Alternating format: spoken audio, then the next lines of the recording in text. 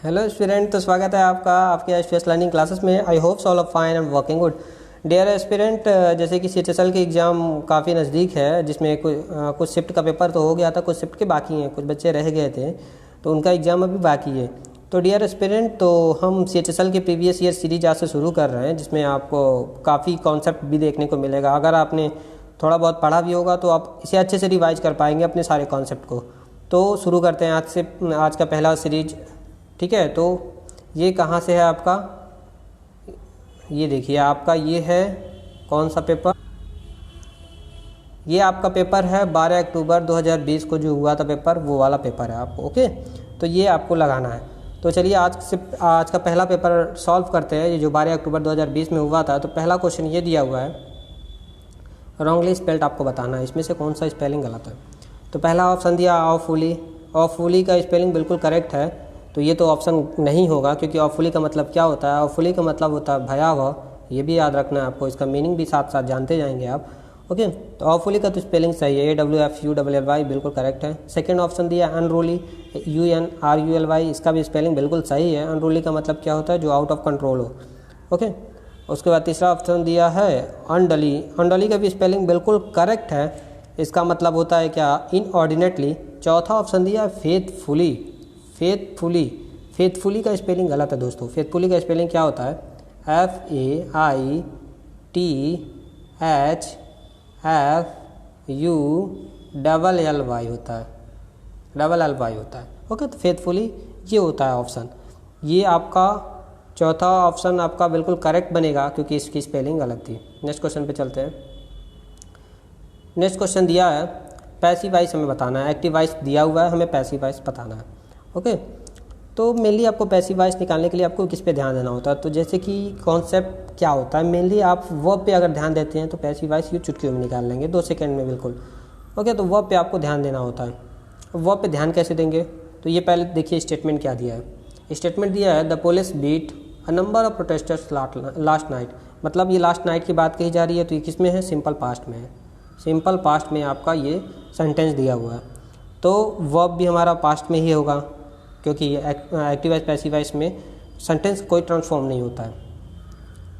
तो ये देखिए, तो पुलिस बीट है number of protesters last night, तो ये कल की बात है। तो सिंपल पास्ट में आपका वर्ब का सेकेंड फॉर्म, बीट का क्या होगा, आपका वर्ब का सेकेंड फॉर्म। अब ढूंढिए, अब इसका क्या होगा, आपका पैसिव वॉइस कैसे होगा। तो पैसिव वॉइस में क्या होता है, मेनली क्या होता है, object plus verb plus main verb का थर्ड फॉर्म प्लस सब्जेक्ट होता है। ये होता है आपका बाई प्लस सब्जेक्ट होता है, ये आपका होता है पैसिव वॉइस। तो देखते हैं, तो इसमें ऑब्जेक्ट क्या है, नंबर ऑफ प्रोटेस्टर्स आपका क्या हो जाएगा, ऑब्जेक्ट। तो ऑब्जेक्ट पहले लिख देंगे, नंबर ऑफ प्रोटेस्टर पहले में दिया है, दूसरे में भी दिया है नंबर प्रोटेस्टर, तीसरे में भी नंबर प्रोटेस्टर, चौथे में भी नंबर प्रोटेस्टर दिया है। मतलब पहले ऑब्जेक्ट सब में लिखा है, तो मतलब चारों ऑप्शन अभी किसी को भी हम छाट नहीं सकते हैं। तो इसके बाद क्या देखना है, हमें वर्ब देखना है। वर्ब किस में होगा, सिंपल पास्ट में होगा, क्योंकि ये आपका एक्टिव वॉइस सिंपल पास्ट में था, तो मतलब वाज या वर होगा। अब वाज और वर्ब में कौन सा सही होगा, तो ये देखिए प्रोटेस्टर्स दिया हुआ है, तो मतलब प्लूरल दिया हुआ है, प्लूरल ऑब्जेक्ट, तो इसका मतलब प्लूरल वर्ब का आपका भी लगेगा। तो प्लूरल वर्ब वाज और वेयर में वर हो जाएगा प्लूरल वर्ब। तो पहले ऑप्शन में दिया है वर, दूसरे में हैड बीन दिया है, तो ये गलत होता है, तीसरे में भी गलत होता है, चौथे में दिया है वर। ओके, वर दिया हुआ है। अब पहले और चौथे ऑप्शन में कौन सा होगा, तो पहले में दिया है बीइंग, बीइंग तो बिल्कुल गलत बनता है, क्योंकि एक्टिव वॉइस में कहीं भी आईएनजी का उपयोग नहीं हुआ है, क्योंकि एक्टिव वॉइस में जब आईएनजी होता है तो वही पैसिव वॉइस में आपका बीइंग का यूज होता है आईएनजी की जगह पे। तो ऑप्शन नंबर 1 भी गलत बनता है, दूसरा भी गलत बनता है, तीसरा भी गलत बनता है, चौथा आपका बिल्कुल सही है। अब ओके, तो ये होता है पहचानने का सही तरीका। अब स्ट्रक्चर भी देख लीजिए, नंबर ऑफ प्रोटेस्टर दिया, ऑब्जेक्ट दिया है, उसके बाद वर्ब यूज हुआ है, उसके बाद मेन वर्ब, वर्ब का थर्ड फॉर्म मेन वर्ब, क्योंकि पैसिव वॉइस में हमेशा मेन वर्ब का थर्ड फॉर्म यूज होता है, बाई यूज हुआ ही है। उसके बाद आपका सब्जेक्ट दे दिया है the police the night before. Okay, तो नेक्स्ट क्वेश्चन पे चलते हैं। नेक्स्ट क्वेश्चन में आपको क्या बताना है, सिनोनिम्स बताना है। आपको क्या बताना है, सिनोनिम्स किसका, असर्शन का। असर्शन का सिनोनिम्स क्या होगा, पहले असर्शन का मतलब क्या होता है, इसका मतलब ये होता है किसी चीज़ में हामी भरना, डिक्लेयर कर देना। ओके, तो मतलब पॉजिटिव सेंस में असर्शन होता है, किसी चीज़ के एग्जिस्टेंस पे दृढ़ विश्वास रखना। ओके, तो ये होता है असर्शन। तो पहला ऑप्शन दिया रिजेक्शन। रिजेक्शन तो बिल्कुल गलत बनता है क्योंकि ये निगेटिव मीनिंग है। रिजेक्शन मतलब किसी चीज़ को रिजेक्ट करना। उसके बाद कॉन्टिन्यूअस मीन्स लगातार, इसकी भी बात नहीं कही जा रही है। डिस्कशन मीन्स किसी चर्चा का विषय, किसी पे बातचीत करना, तो ये भी गलत है। चौथा ऑप्शन दिया डिक्लेरेशन। डिक्लेरेशन आपका करेक्ट बनता है। ओके, चौथा ऑप्शन डिक्लेरेशन बिल्कुल करेक्ट बनता है। तो असर्शन का जो सिनोनिम्स क्या होगा, डिक्लेरेशन। नेक्स्ट क्वेश्चन पे चलते हैं। नेक्स्ट क्वेश्चन ये दिया है, select the appropriate meaning of the given idiom. मतलब इडियम का अप्रोप्रिएट मीनिंग क्या होगा। तो दिया क्या है, up in arms. Up in arms का मतलब होता है किसी चीज़ का कड़ा विरोध करना। ओके, किसी चीज़ का कड़ा विरोध करना होता है अप इन आर्म्स। ओके, तो पहला ऑप्शन दिया है थ्रो अप आर्म्स एंजॉय, गलत। डिवाइड इनटू आर्म ग्रुप, गलत। Give up fighting and surrender, गलत। एंग्री अबाउट समथिंग, बिल्कुल एंग्री अबाउट समथिंग चौथा ऑप्शन बिल्कुल आपका करेक्ट बनता है। यही आपका करेक्ट आंसर होगा। किसी चीज़ पे गुस्सा होना बिल्कुल सही है। किसी चीज़ का कड़ा विरोध करना, ओके, अप इन आर्म्स होता है। नेक्स्ट क्वेश्चन नंबर 5 पे आते हैं। क्वेश्चन नंबर 5 आपका कंप्रीहेंशन से रिलेटेड है, जिसमें कंप्रीहेंशन दिए जाते हैं, उसके बाद पैराग्राफ दिए जाते हैं, जिसमें से आपको 5 क्वेश्चन दिए जाते हैं, उसको फिलअप करना होता है। तो क्या दिया है पैराग्राफ को पहले हम समझते हैं कि पैराग्राफ का मतलब इसमें दिया क्या गया है। तो क्या दिया है, smartphones have become an essential part of our lives and their dash usages is now impacting human behaviour. Okay, तो कह रहा है जो स्मार्टफोन्स हैं हमारे जीवन का एक अहम हिस्सा बन गए हैं और इनका जो यूज है वो ह्यूमन बिहेवियर को इम्पैक्ट कर रहा है। ह्यूमन में मतलब एक प्रकार का बदलाव कर रहा है। उसके बाद दिया we need to dash think about digital detox, yes the concept of disconnecting with dash virtual world is not just a fashion. इसके बाद दिया है it is the need of the hour today. Okay, इसके बाद दिया है the global brand director of the smartphones Vivo in his speech, थोड़ा सा ऊपर लेते हैं इसको, nudged all smartphones users a step backward and think, he said, let's our mobile and place to closer nearer to our loved ones। Okay, तो ये था mainly paragraph. तो पहला क्वेश्चन आपका क्या दिया गया है पैराग्राफ में, दिया है ऑप्शन दिया है एक्सेडिंग, एक्सेसिव, एक्सेडिंगली, एक्सीड। तो देखते हैं यहाँ पे रिक्वायरमेंट किसकी है। तो बोला smartphones have become an essential part of our lives and their dash usages is now there. Okay, तो देयर के बाद आपका क्या होगा ये समझिए। आपको ध्यान से ग्रामर की यूज को समझना है, क्योंकि आपके जो चारों ऑप्शन दिए गए थे वो ग्रामर पे बेस्ड थे। कोई जिरंड था, तो कोई एडजेक्टिव था, तो कोई एडवर्ब था, तो कोई नाउन था, या फिर कोई वर्ब होगा। तो इसमें आपको समझना है, मेनली आपके ग्रामर को टेस्ट किया जाता है। तो पहला क्या दिया, smartphones have become an essential part of our lives and their excessive usages is now.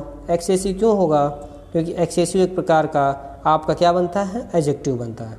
यहाँ हमें किसकी ज़रूरत है, एडजेक्टिव, क्योंकि नाउन या प्रोनाउन को कौन क्वालिफाई करता है, एडजेक्टिव क्वालिफाई करता है। देयर आपका हो जाएगा नाउन, और या फिर प्रोनाउन आपका हो गया। तो प्रोनाउन के बाद क्या लगेगा आपका, एडजेक्टिव। तो their excessive usages is now.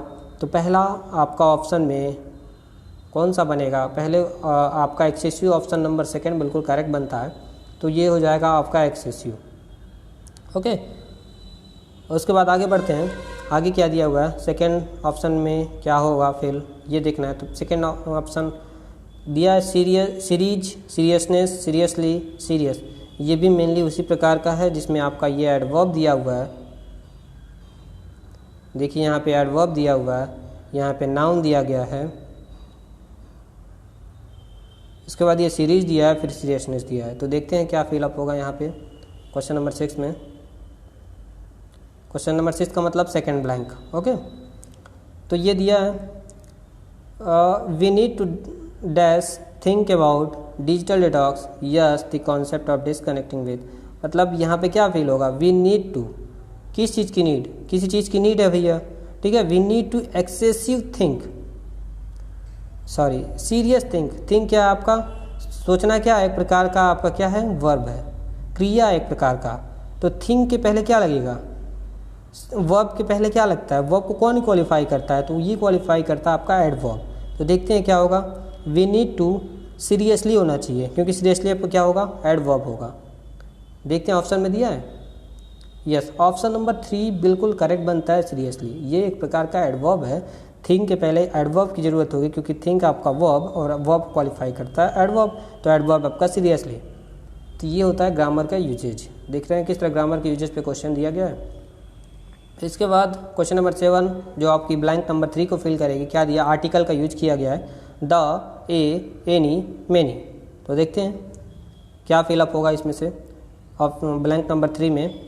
तो we need to seriously think about digital detox, yes the concept of disconnecting with dash virtual world is not just a fad, fad means होता है fashion, okay.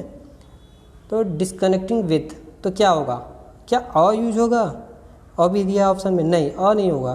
किसी unknown चीज़ को introduce करने के लिए अ use करते हैं, जैसे कि कोई दरवाजे पे खड़ा होता है तो क्या बोलते हैं, a man is standing on the door, कोई आदमी दरवाजे पर खड़ा है, तो ये अननोन लोगों के लिए यूज किया जाता है। यहाँ पे एन की यूज होगा नहीं, क्योंकि यहाँ पे वॉवेल साउंड नहीं है, वर्चुअल वो आ रहा है तो वो आपका वॉवेल साउंड नहीं देता है। तो यहाँ पे रिक्वायरमेंट आपकी आर्टिकल द की, तो यहाँ पे आपका कौन सा फिलअप हो जाएगा, article the, okay. Yes the concept of disconnecting with the virtual world is not just a fad, okay. Question number 8 पे आते हैं। क्वेश्चन नंबर 8 के ऑप्शन में दिए गए हैं to take, to taking, taken, takes, okay. तो ये ऑप्शन दिए गए हैं। टैक्स क्या है आपका, सिंपल प्रेजेंट में है। टेकन यह आपका वर्ब का थर्ड फॉर्म, टैक, टैक, टेकन। उसके बाद आपका टू टेकिंग, फिर दिया है टू टैक। तो देखते हैं कौन सा फिलअप होगा। क्वेश्चन नंबर 8 पे थे ना,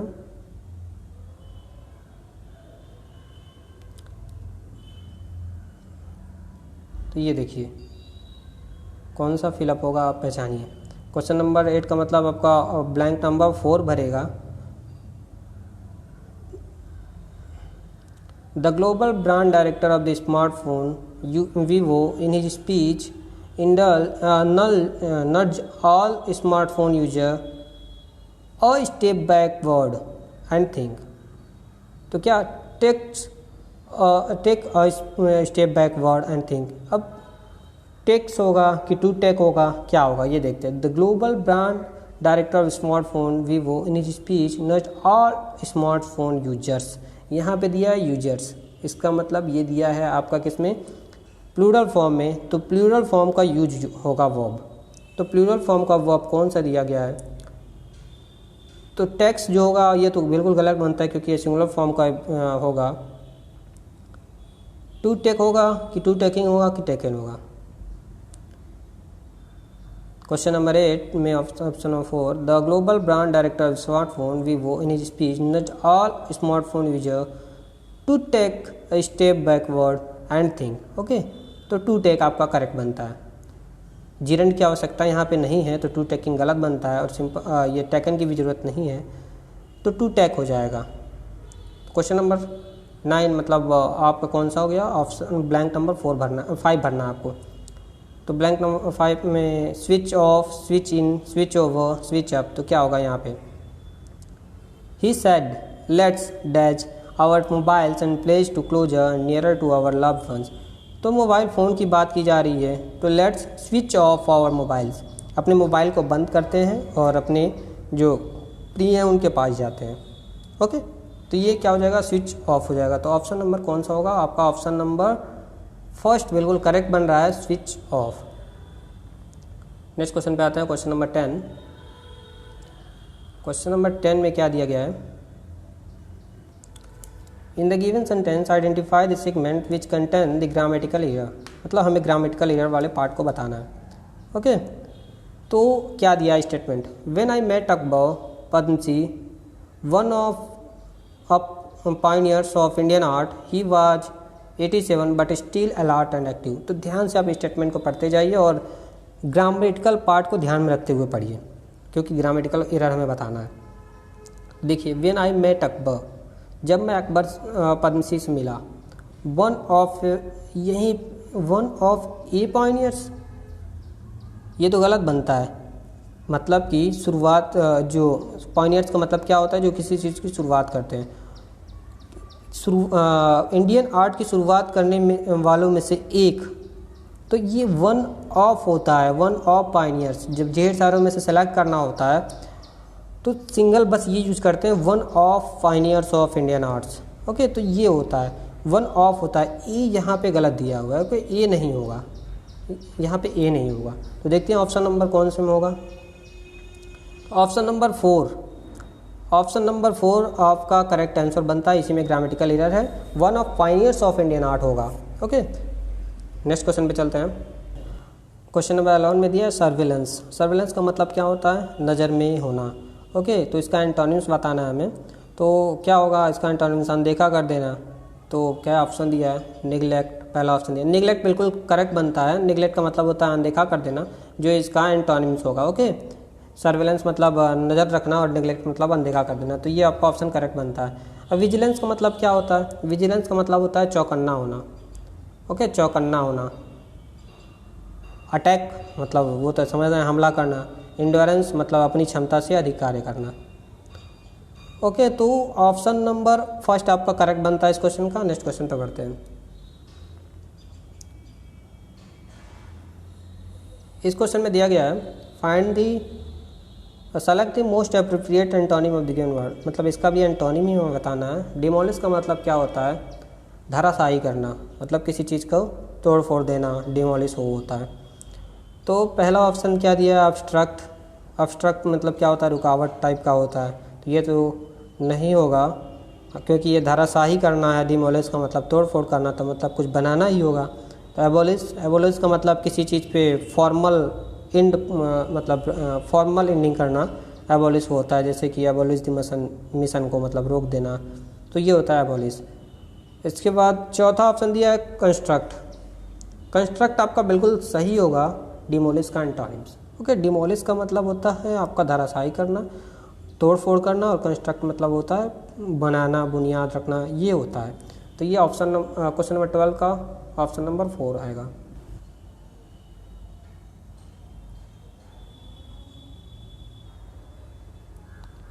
तो इस क्वेश्चन में दिया गया है कि इस अंडरलाइन पार्ट को, ओके, इस अंडरलाइन पार्ट में आपको बताना है क्या गलत है, और गलत है तो क्या सही होगा।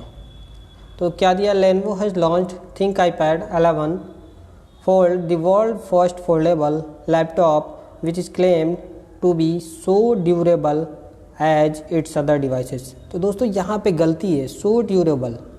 यहाँ पे कोई निगेटिव सेंस की बात नहीं की जा रही है। सो प्लस एडजेक्टिव या एडवर्ब प्लस एज तब यूज होता है जब निगेटिव वर्ड की बात की जाए। हालांकि आप ऐसे भी कह सकते हैं जब नॉट प्लस यूज हुआ हो, जैसे कि not plus so plus adjective या एडवर्ब प्लस आपका क्या हो जाता है, एज, तब होता है आपका सो एज का कॉम्बिनेशन।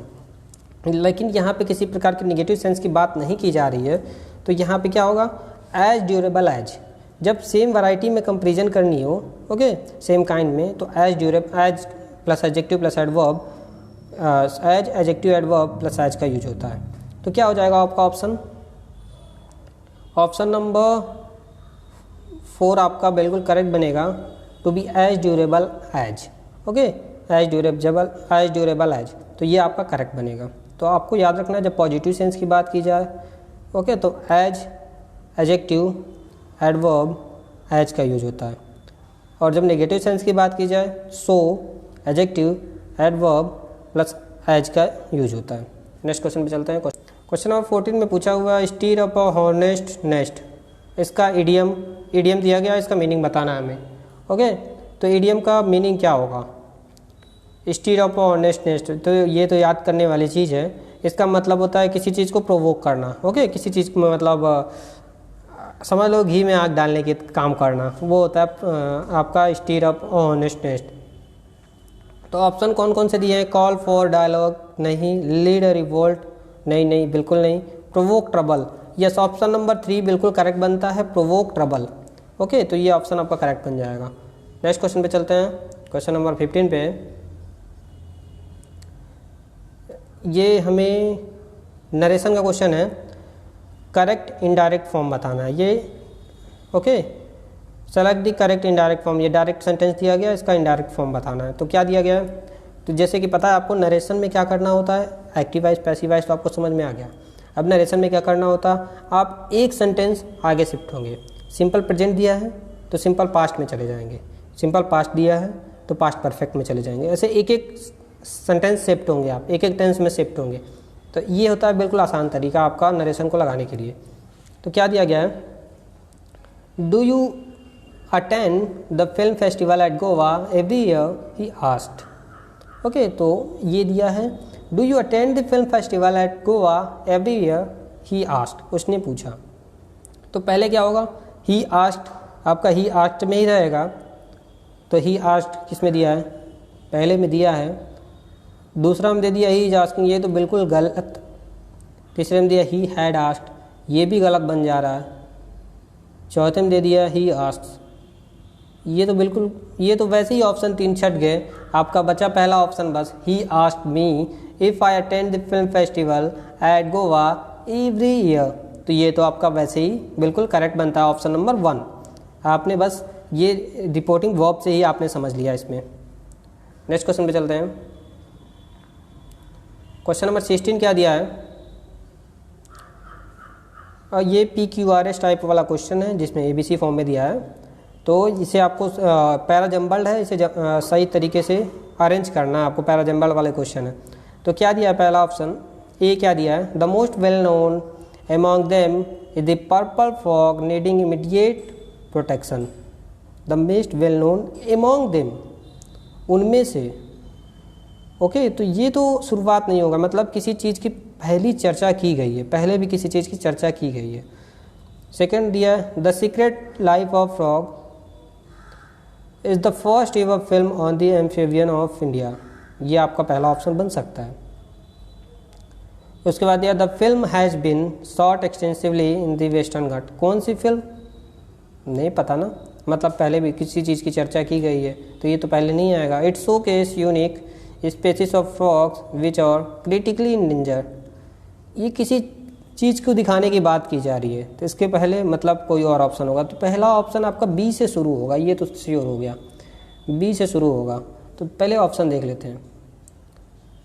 ऑप्शन आपके बस 2 ही बचे, दूसरा बचा है और तीसरा बचा है, ये तो गलत हो गया। डी से शुरू हुआ है या सी से शुरू हुआ है, आपके ऑप्शन बी से शुरू होंगे क्योंकि। चलिए आगे देखते हैं क्या होगा। फिर दिया है बी सी, उसके बाद बी सी, मतलब बी के बाद सी होगा, उसके बाद डी या फिर ए होगा, इन्हीं दोनों में से अभी देखना है हमें। तो बी क्या दिया है, the secret life of frogs is the first ever film on amphibian of India.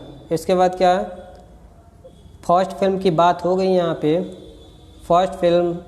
तो इसके बाद क्या है, the film has been shot extensively in the Western Ghat. तो वो जो फिल्म बनी सीक्रेट लाइफ ऑफ फ्रॉग्स के ऊपर, वो वेस्टर्न घाट पे शूट हुई। तो बी के बाद तो सी आएगा, इसके बाद क्या आएगा, डी आएगा, फिर ए आएगा। देखते हैं क्या होगा।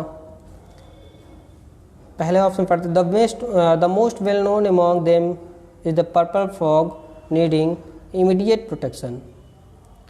अमॉन्ग देम बोल रहा है, ऑप्शन 4 पढ़ते हैं। It's showcase unique species of frog which are critically endangered. Yes, B C, इसके बाद आपका डी बिल्कुल करेक्ट बन रहा है, क्योंकि जो फिल्म की बात कही गई थी, the film has been shot extensively in the Western Ghat, उसके बाद क्या आएगा, उस फिल्म में क्या दिखाया गया, it's showcase unique species of frog which are critically endangered. Okay, तो बी सी डी ए आपका सही बनता है। तो देखते हैं बी सी डी ए कौन सा करेक्ट है। तो बी सी डी ए आपका option number 2, B C D A option number 2 बिल्कुल करेक्ट बनता है। ओके, नेक्स्ट क्वेश्चन में चलते हैं। क्वेश्चन नंबर 17 में, select the most appropriate option to subtitle the underline segment in the given sentence. Underline segment में आपको गलत क्या है ये बताना है। Okay, it is reported that every year India witnessing the death of over 2000 babies as less than 1 year. तो यह अंडरलाइन पार्ट में हमें बताना है कौन सा गलत होगा। यहाँ पे अंडरलाइन पार्ट फिर से नहीं छपा है, तो क्या होगा, it is reported that every, ये यहाँ पे है, ये अंडरलाइन पार्ट है, इंडिया विटनेसिंग द डेथ। ये अंडरलाइन पार्ट है, इसमें गलत क्या है सही क्या है ये आपको बताना है। It is reported that every year, हर साल, मतलब कि ये एक प्रकार का रिपोर्ट है जो हमेशा कॉन्टिन्यूस में चलता आ रहा है। ओके, जो हर साल एक नई रिपोर्ट निकलती है तो उसमें पता चलता है कि भारत में लगभग 2000 बच्चे जो 1 साल से नीचे हैं वो मर गए। तो ये है, तो एक प्रकार का रिपोर्ट है। तो ये रिपोर्ट को आपने पढ़ा होगा कि इसे हमेशा सिंपल प्रेजेंट फॉर्म में यूज करते हैं। ओके, और क्योंकि यहाँ पे दिया है एवरी डे इंडिया, इंडिया क्या है सिंगुलर होगा आपका, तो इसके लिए सिंगुलर वर्ब का भी यूज करेंगे। तो देखते हैं, India will be witnesses, will be तो गलत, फ्यूचर की बात की जा रही है। देखते हैं, ये दिया है इंडिया विटनेसेस, यस ये बिल्कुल सही होगा। इंडिया आपका हो गया सिंगुलर, सिंगुलर के साथ क्या होगा सिंगुलर वर्ब, तो विटनेस का क्या हो जाएगा विटनेसेस। ठीक है, ई एस या एस जुड़ता है ना सिंगुलर वर्ब बनाने के लिए, वर्ब में एस या ई एस जुड़ जाता है, तो विटनेस आपका वर्ब हो गया, उसमें आपका ई एस जुड़ गया क्योंकि डबल एस है। तो ये आपका क्या हो जाएगा बिल्कुल correct, option number 3 India witnesses the death. Next question पे चलते हैं, ये भी आपका पैराजम्बल्ड वाले क्वेश्चन है, देखते हैं क्या होगा। शुरुआत किसी ए से, दिस टेस्ट इज, ये तो शुरुआत में पहले नहीं आ सकता क्योंकि दिस टेस्ट कह रहा है, यह टेस्ट, मतलब इसके पहले किसी टेस्ट की बात कही गई होगी, तो ये तो नहीं पढ़ेंगे हम। Each of these specific skill, किसी स्पेसिफिक स्किल के बारे में बात की जा रही है। ईच ऑफ दीज मतलब ईच ऑफ दिस, इनमें से हर कोई, तो इनमें से कौन, तो ये भी पहले नहीं आ सकता, इसके पहले किसी चीज़ की चर्चा की गई होगी। इट इज़ फुली ऑटोमेटेड, ये भी कह रहा है इट इज़ से शुरू हुआ, तो ये नहीं हो सकता, किसी जनरल सेंटेंस से शुरू होता है क्योंकि वही वाला पहला आपका सेंटेंस होता है। दिया चौथा, the regional transport office of Delhi has recently introduce the new driving test, तो ये आपका ऑप्शन नंबर ए से शुरू होगा, सॉरी ऑप्शन नंबर डी से शुरू होगा। ये एक प्रकार का जनरल सेंटेंस है, तो किससे शुरू होगा डी से। इसके बाद क्या होगा, the regional transport office of Delhi has recently introduce the new driving test. इसके बाद इस टेस्ट के बारे में बताएंगे, तो पहला आप पढ़िए, this test is conducted on the fully automatic driving test, मतलब ऑप्शन इसके बाद ए होगा। देखते हैं क्या डी ए से कोई ऑप्शन बन रहा है। Yes, option number 3, option number 3 बिल्कुल सही है, D A C B. Okay, option number 3 बिल्कुल सही है। क्वेश्चन नंबर 19, क्वेश्चन नंबर 19 में क्या दिया है, select the most appropriate synonyms of the given word. Synonyms बताना है हमें। गल का मतलब क्या होता है, धोखा देना। ओके, धोखा देना होता है, गल का मतलब डिसीट करना। तो सिनोनिम्स बताना है तो क्या होगा, पहला दिया इंट्यूशन, नहीं, डिसीट, दूसरा ऑप्शन बिल्कुल सही बन रहा है, डिसीट मीन्स धोखा देना, ये गिल का सिनोनिम्स हो जाएगा। गल का मतलब भी धोखा देना ये होता है, डिसीट का मतलब भी चीटिंग करना। ओके, तो ये आपका हो जाएगा, या मिसलीडिंग, ये हो जाता है आपका। तो ऑप्शन नंबर 2 बिल्कुल करेक्ट बनता है। क्वेश्चन नंबर 20 पे आते हैं। क्वेश्चन नंबर 20 में क्या दिया है, select the word which means the same as the group of the given word, मतलब कि 1 वर्ड वाले क्वेश्चन ये। That which no longer useful. Okay, तो पहले ऑप्शन को देखते हैं क्या क्या दिया है। सेकेंड ऑप्शन दिया है अबंडेंट। अबंडेंट का मतलब क्या होता है, किसी चीज़ का प्रचुर मात्रा में होना, ये होता है आपका अबंडेंट। रिलक्टेंट मीन्स क्या होता है, अनविलिंग, किसी चीज़ की इच्छा ना होना। डोमिनेंट का मतलब होता है किसी चीज़ पे मतलब किसी अनदर पावर का डोमिनेंस होना। तो ये क्या कहा, ये तीनों तो नहीं होंगे क्योंकि ये कहा है कि that which is no longer useful, जो कि अब यूजफुल ना हो, तो ये हो जाएगा आपका रिडंडेंट। ओके, अगर आपको किसी ऑप्शन का मीनिंग नहीं भी पता है तो अगर आप 3 ऑप्शन को समझते हैं, वर्ड मीनिंग याद किए हुए हैं, तो 3 ऑप्शन जनरली आसान ही होते हैं, उसे समझ के आप एक ऑप्शन को अलग कर सकते हैं जो कि आपका आंसर होगा। तो ये हो जाएगा रिडंडेंट, इसका मतलब होता है that which is no longer useful. Question number 21 पे आते हैं। Select the most appropriate word to fill in the blanks in the given sentence. में मतलब कि फिल इन द ब्लैंक वाले ये क्वेश्चन हैं, फिल करना है हमें। Padmasree walked like a mathematician and was a true dash who experimented with numerous mediums। Okay, तो क्या होगा आपका ऑप्शन? एडवर्सरी नहीं, किसी चीज़ का विरोध में होना मतलब, या फिर कंडीशन अपने अनुकूल ना होना। लिटरेरी साहित्यिक, वॉलंटरी मतलब स्वैच्छिक, जो अपने इच्छा अनुसार किसी चीज़ में कार्य करना। विजनरी मतलब जो दूर की कल्पना कर सकता हो। तो दूर की कल्पना कौन करेगा भाई? साइंटिस्ट ही करेगा। Padmashri worked like a mathematician and was a true visionary who experimented with the numerous medium. तो ये ऑप्शन नंबर 4 आपका करेक्ट बनता है।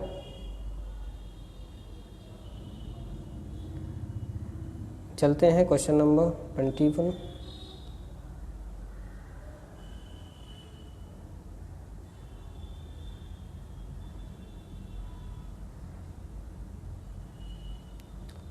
सॉरी 22 पे आते हैं। Select the most appropriate word to fill in the blank in the given sentence. इसमें भी हमें फिल इन द ब्लैंक वाले ही क्वेश्चन ये। ओके,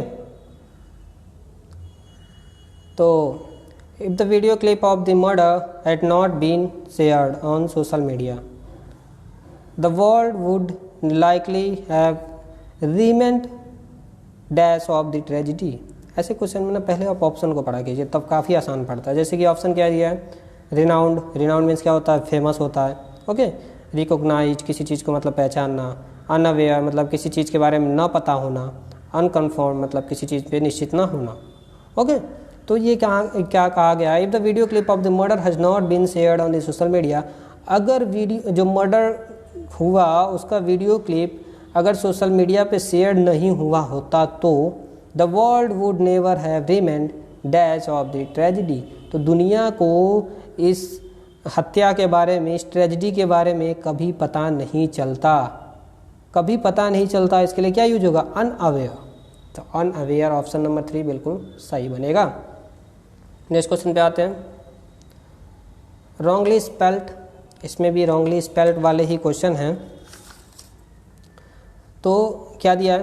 पहला पॉपुलरली, फिर दिया है पॉपुलरली का स्पेलिंग सही है, बेगरली ये भी सही है, जैकुलरली सही है, चौथा दिया है सिंसियरली। यस दोस्तों, सिंसियरली में ए नहीं होता है। ओके, सिंसियरली में ए नहीं होता है, तो ये ऑप्शन नंबर 4 आपका बिल्कुल करेक्ट बनेगा। सिंसियरली में क्योंकि ए नहीं होता है। इसका स्पेलिंग क्या होता है?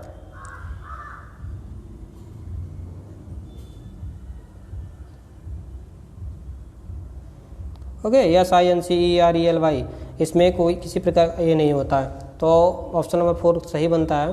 क्वेश्चन नंबर 24 पे आते हैं। क्वेश्चन नंबर 24 में दिया है इन the given sentence identify the segment contains the grammatical error, मतलब ग्रामेटिकल एरर जिसमें।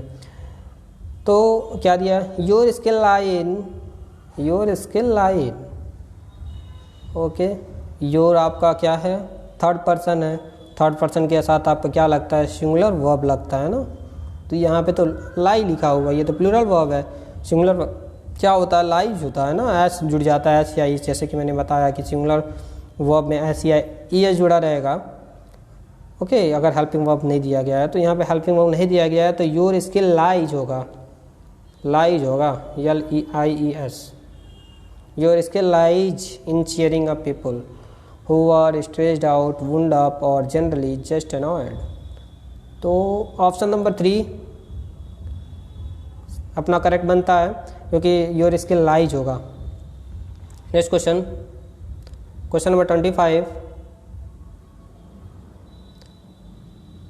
वन वर्ड सा क्वेश्चन है। The something that is genuine, जो कि कुछ ऐसा जो जेन्यून हो, मतलब ऑथेंटिक हो। या ऑप्शन देखते हैं। मैजेस्टिक नहीं, मैजेस्टिक मीन्स राजसी। अनरियल बिल्कुल गलत, ये तो एंटोनिम्स हो जा रहा है। ऑथेंटिक, यस ऑथेंटिक करेक्ट बनता है आपका। ऑथेंटिक जो कि जेन्यून हो, जो भी चीज़ जेन्यून होता है उसे बोलते हैं ना, this is authentic person, authentic thing, authentic document. Okay, तो ये आपका ऑप्शन नंबर 3 आपका करेक्ट बनता है। तो इस तरह से आपका टोटल 25 क्वेश्चंस सीरीज की आज का ख़त्म होता है 12 अक्टूबर का जो ये पेपर था 2020 का। तो दोस्तों उम्मीद है आपको वीडियो पसंद आई होगी। वीडियो पसंद आई हो तो ज़्यादा से ज़्यादा लाइक कीजिए और शेयर कीजिए। और बाकी इसमें अगर आपको और भी सीरीज़ को आगे बढ़ाना है तो आप ज़रूर कमेंट कीजिएगा, ज़्यादा से ज़्यादा लोगों से शेयर कीजिए ताकि हमें मोटिवेशन मिलता रहे और भी सब्जेक्ट के हम ऐसे ही सीरीज ओपन करें। ओके, फिर मिलते हैं आपसे नेक्स्ट वीडियो में। Thank you.